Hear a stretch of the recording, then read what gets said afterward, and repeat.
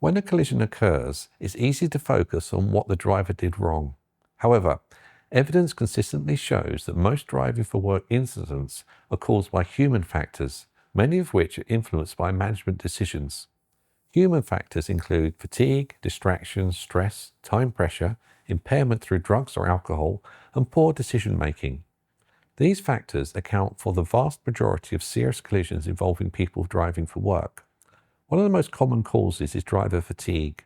Long working days, excessive driving hours, early starts, late finishes, or long commutes before and after work all significantly increase collision risk.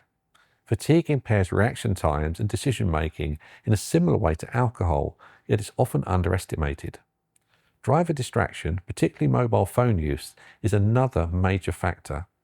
Research shows that hands-free mobile phones can be just as distracting as handheld use, as the risk comes from cognitive distraction rather than the physical act of holding a phone. Time pressure and unrealistic schedules are also critical risks. When drivers feel under pressure to meet deadlines, complete additional jobs, or attend extra meetings, they may speed, skip breaks, or take risks they wouldn't normally take. These pressures often originate from workload planning, targets, or incentive schemes. Impairment from drugs or alcohol, including prescription and over-the-counter medications, remains a significant issue. Managers must recognize that fitness to drive goes beyond legal limits and includes the driver's overall ability to drive safely. Finally, vehicle condition and loading are important factors.